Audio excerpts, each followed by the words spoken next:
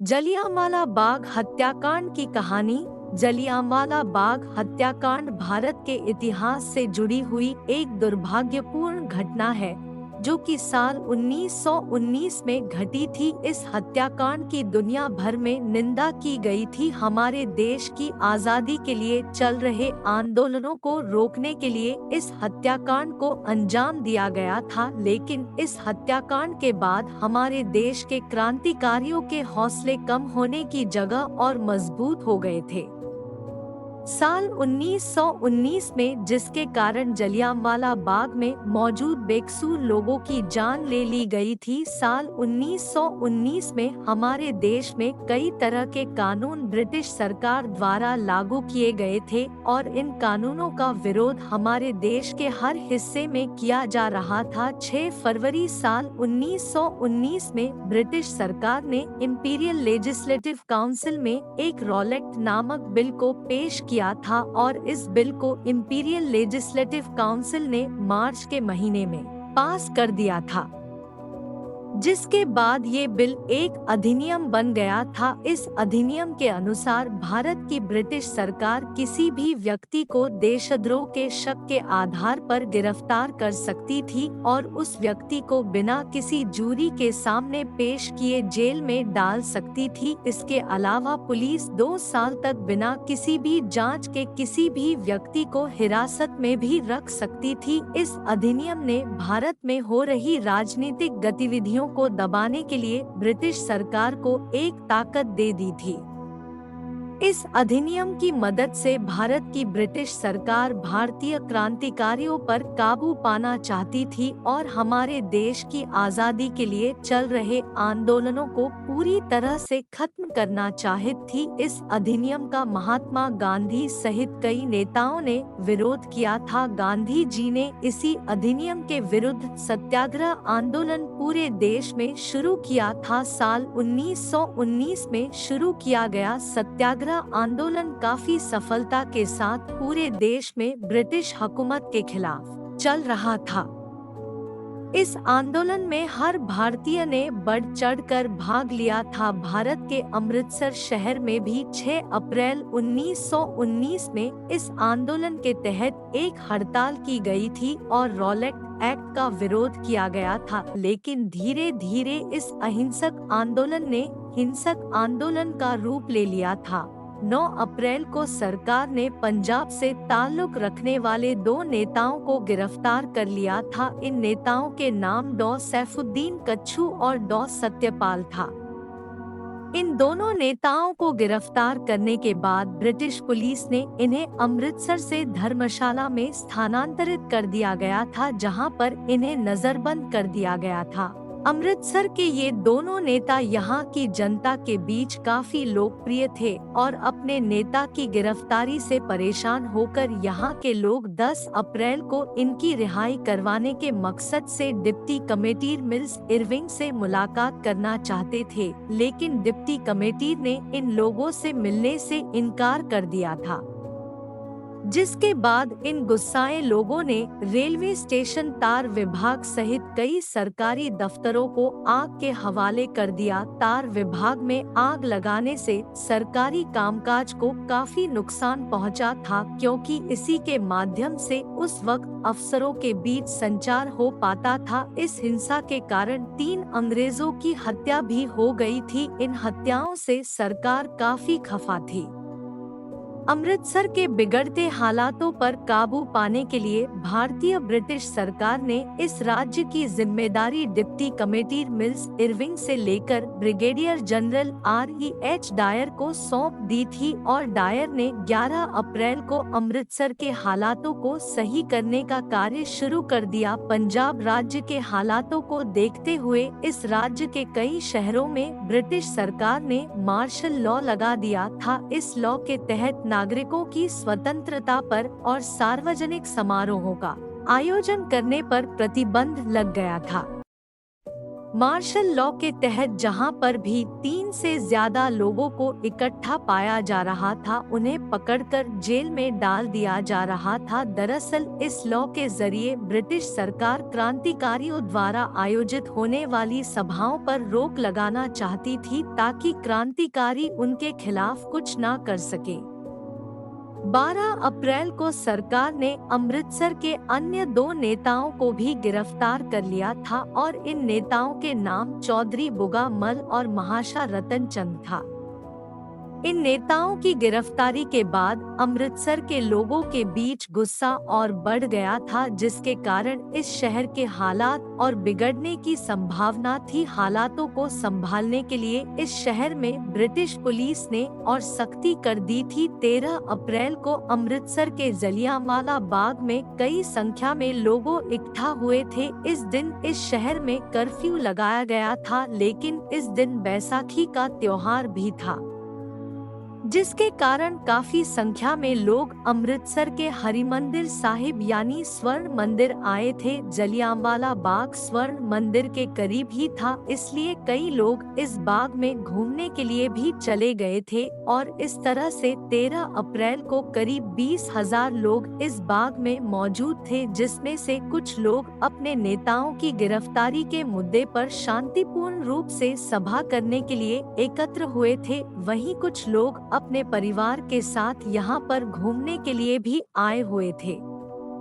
इस दिन करीब 12:40 बजे डायर को जलियांवाला बाग में होने वाली सभा की सूचना मिली थी। ये सूचना मिलने के बाद डायर करीब 4 बजे अपने दफ्तर से करीब 150 सिपाहियों के साथ इस बाग के लिए रवाना हो गए थे। डायर को लगा कि ये सभा दंगे फैलाने के मकसद से की जा रही थी, इसलिए इन्होंने इस बाग में पहुंचने के बाद लोगों को बिना कोई चेतावनी दिए अपने सिपाहियों को गोलियां चलाने के आदेश दे दिए। कहा जाता है कि इन सिपाहियों ने करीब 10 मिनट तक गोलियां चलाई थी। वहीं गोलियों से बचने के लिए लोग भागने लगे, लेकिन इस बाग के मुख्य दरवाजे को भी सैनिकों द्वारा बंद कर दिया गया था और ये बाग चारों तरफ से 10 फीट तक की दीवारों से बंद था। ऐसे में कई लोग अपनी जान बचाने के लिए इस बाग में बने एक कुएं में कूद गए, लेकिन गोलियां थमने का नाम नहीं ले रही थी और कुछ समय में ही इस बाग की जमीन का रंग लाल हो गया था। इस नरसंहार में 370 से अधिक लोगों की मौत हुई थी, जिनमें छोटे बच्चे और महिलाएं भी शामिल थी। इस नरसंहार में 7 हफ्ते के एक बच्चे की भी हत्या कर दी गई थी। इसके अलावा इस बाग में मौजूद कुएं से 100 से अधिक शव निकाले गए थे। ये शव ज्यादातर बच्चों और महिलाओं के ही थे। कहा जाता है कि लोग गोलियों से बचने के लिए कुएं में कूद गए थे, लेकिन फिर भी वो अपनी जान नहीं बचा पाए। वहीं कांग्रेस पार्टी के मुताबिक इस हादसे में करीब 1000 लोगों की हत्या हुई थी और 1500 से ज्यादा लोग घायल हुए थे, लेकिन ब्रिटिश सरकार ने केवल 370 के करीब लोगों की मौत होने की पुष्टि की थी ताकि उनके देश की छवि विश्व भर में खराब ना हो सके। इस नरसंहार की निंदा भारत के हर नेता ने की थी और इस घटना के बाद हमारे देश को आजाद करवाने की कवायद और तेज हो गई थी, लेकिन ब्रिटिश सरकार के कुछ अधिकारियों ने डायर के द्वारा किए गए इस नरसंहार को सही करार दिया था। बेकसूर लोगों की हत्या करने के बाद जब डायर ने इस बात की सूचना अपने अधिकारी को दी, तो लेफ्टिनेंट गवर्नर माइकल ओ'ड्वायर ने एक पत्र के जरिए कहा कि डायर ने जो कार्रवाई की थी वो एकदम सही थी और हम इसे स्वीकार करते हैं।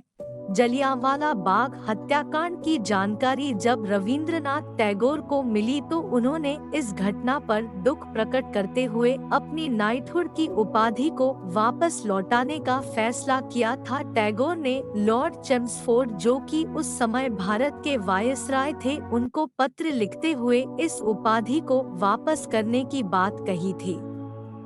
टैगोर को ये उपाधि यूएक द्वारा साल 1915 में इन्हें दी गई थी।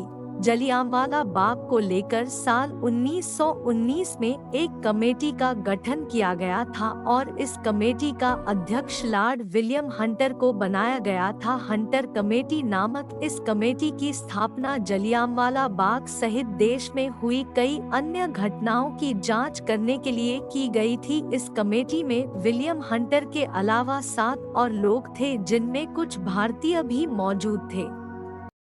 इस कमेटी ने जलियांवाला बाग हत्याकांड के हर पहलू की जांच की और ये पता लगाने की कोशिश की कि डायर ने जलियांवाला बाग में उस वक्त जो किया था वो सही था कि गलत।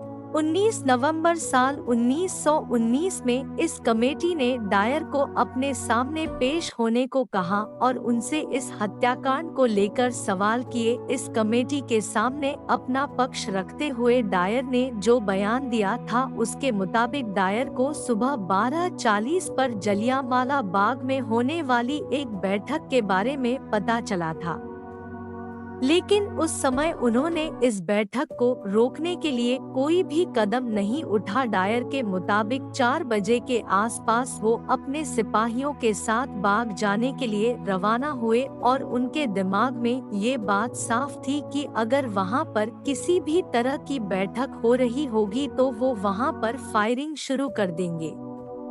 कमेटी के सामने डायर ने ये बात भी मानी थी कि अगर वो चाहते तो लोगों पर गोली चलाए बिना उन्हें तितर बितर कर सकते थे, लेकिन उन्होंने ऐसा नहीं किया क्योंकि उनको लगा कि अगर वो ऐसा करते तो कुछ समय बाद वापस वहाँ लोग इकट्ठा हो जाते और डायर पर हंसते। डायर ने कहा कि उन्हें पता था कि वो लोग विद्रोही हैं, इसलिए उन्होंने अपनी ड्यूटी निभाते हुए गोलियां चलवाई। डायर ने अपनी सफाई में आगे कहा कि घायल हुए लोगों की मदद करना उनकी ड्यूटी नहीं थी। वहां पर अस्पताल खुले हुए थे और घायल वहां जाकर अपना इलाज करवा सकते थे।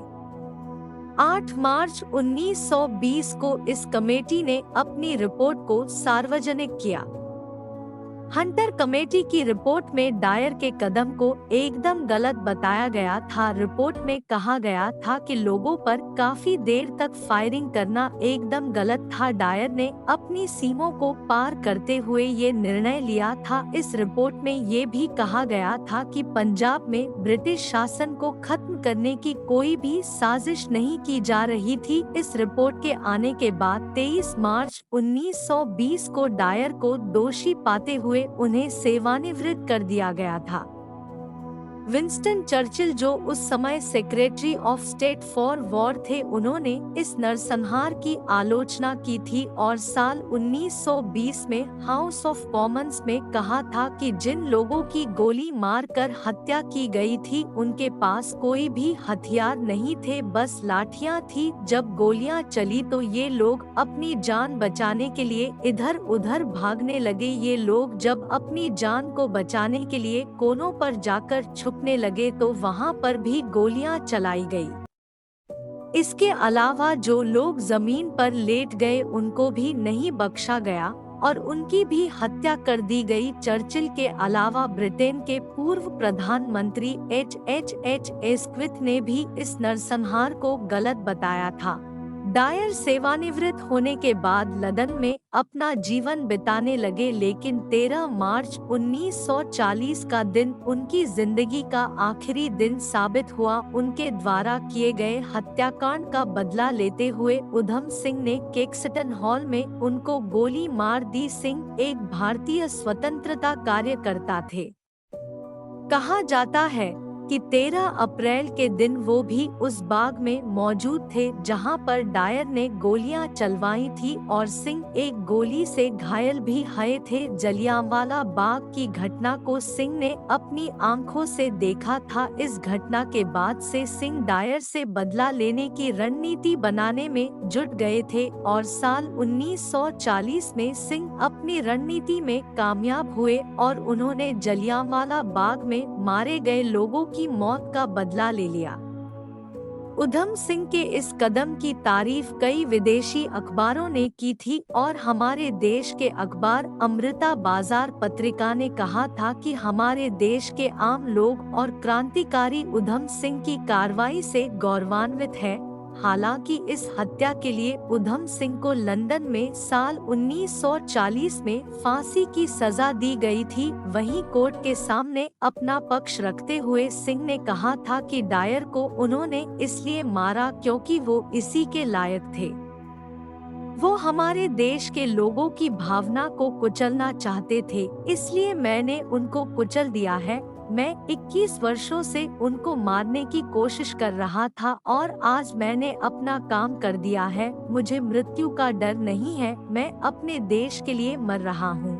उधम सिंह के इस बलिदान का हमारे देश के हर नागरिक ने सम्मान किया और जवाहरलाल नेहरू जी ने साल 1952 में सिंह को एक शहीद का दर्जा दिया था। इस हत्याकांड को लेकर ब्रिटिश सरकार ने कई बार अपना दुख प्रकट किया है, लेकिन कभी भी इस हत्याकांड के लिए माफी नहीं मांगी है। साल 1997 में ब्रिटेन की महारानी एलिजाबेथ II ने अपनी भारत की यात्रा के दौरान जलियांवाला बाग का भी दौरा किया था। जलियांवाला बाग में पहुंचकर उन्होंने अपने जूते उतारकर इस बाग में बनाई गई स्मारक के पास कुछ समय बिताया था और 30 मिनट तक के लिए मौन रखा था। भारत के कई नेताओं ने महारानी एलिजाबेथ II से माफी मांगने को भी कहा था।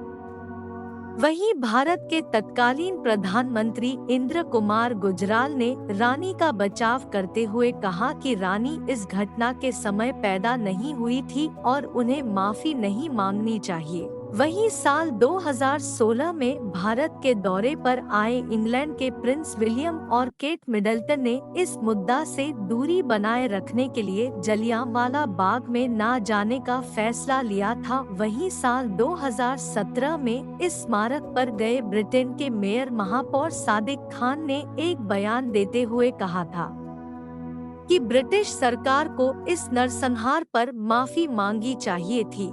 इस घटना के ऊपर साल 1977 में एक हिंदी फिल्म भी बनाई गई थी और इस फिल्म का नाम जलियांवाला बाग रखा गया था। इस फिल्म में विनोद खन्ना और शबाना आजमी ने मुख्य भूमिका निभाई थी। इसके अलावा भारत की आजादी पर आधारित लगभग हर फिल्म में जैसे लेजेंड ऑफ भगत सिंह, रंग दे बसंती, जलियांवाला बाग हत्याकांड को जरूर दर्शाया जाता है। इसके अलावा इस हत्याकांड के ऊपर कई सारी किताब भी लिखी गई है। साल 1981 में आया उपन्यास मिडनाइट्स चिल्ड्रन में 13 अप्रैल की इस घटना का जिक्र किया गया था। ये उपन्यास सलमान रुश्दी ने लिखा था। साल 2012 में इस उपन्यास के ऊपर एक फिल्म भी बनाई गई थी जिसमें कि इस हत्याकांड को भी दर्शाया गया था। इसके अलावा साल 2017 में आई फिल्लौरी फिल्म में भी इस घटना को दिखाया गया था और बताया गया था कि किसी तरह से इस हत्याकांड का असर कई लोगों की जिंदगी और मारे गए लोगों से जुड़े परिवार वालों पर पड़ा था। साल 2019 में इस घटना को हुए 100 साल हो गए हैं और ऐसे में कांग्रेस के नेता शशि थरूर ने ब्रिटिश सरकार को एक सुझाव देते हुए कहा था कि 2019 माफी मांगने के लिए एक अच्छा मौका है।